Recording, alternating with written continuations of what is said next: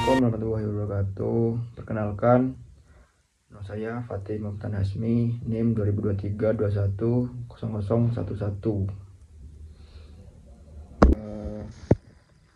Saya di sini ingin menjelaskan penataan daerah otonom. Yang pertama, pengertian daerah otonom. Daerah otonom adalah daerah yang memiliki hak untuk mengatur dan mengurus urusan pemerintahan sesuai dengan kewenangan berdasarkan undang-undang.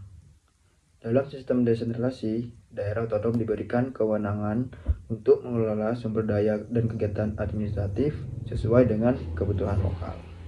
Selanjutnya, desentralisasi dan penataan daerah otonom.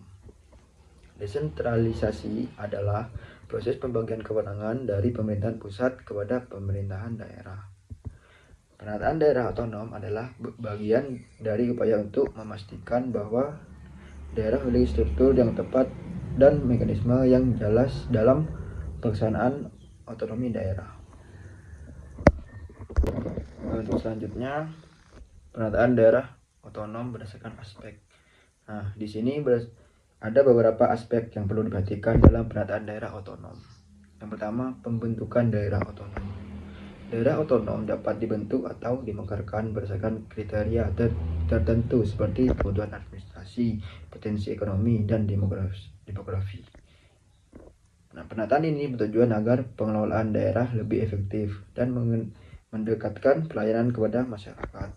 Yang kedua, pembagian kewenangan antara pusat dan daerah. Pemerintahan pusat mengatur kebijakan makro, sedangkan pemerintahan daerah mengelola urusan yang lebih mikro dan dekat dengan masyarakat. Pembagian kewenangan ini diatur dalam undang-undang yang mengatur tentang pemerintahan daerah. Yang ketiga, fungsi pengawasan dan koordinasi. Meskipun daerah otonom memiliki kewenangan, tetap ada mekanisme pengawasan dan koordinasi dengan pemerintahan pusat untuk memastikan kebijakan daerah sejalan dengan kebijakan nasional. Yang keempat, pertimbangan sosial dan budaya. Penataan daerah otonom harus memperhatikan aspek sosial dan budaya untuk memastikan bahwa kebijakan yang diterapkan sesuai dengan karakteristik dan kebutuhan masyarakat. Yang kelima, keuangan dan sumber daya.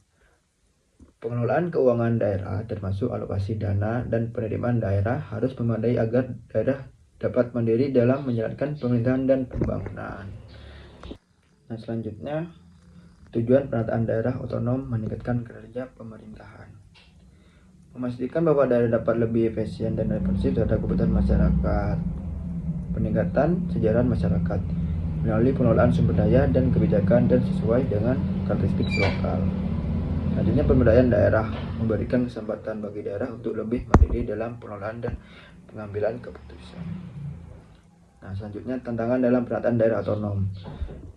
Pertama, ketimbangan pembangunan.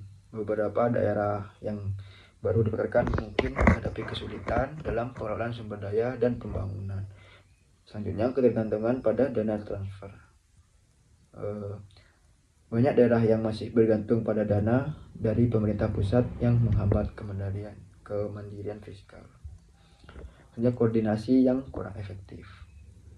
Pengawasan dan koordinasi yang buruk bisa menyebabkan kebijakan yang tidak konsisten. Ini selanjutnya contoh penataan daerah otonom di Indonesia.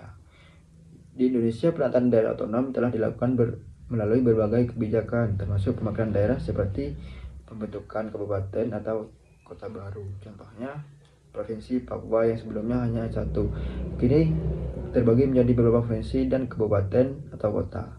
Ini bertujuan untuk mempermudah pengelolaan dan meningkatkan pelayanan publik di daerah yang luas berbatasan langsung dengan negara lain.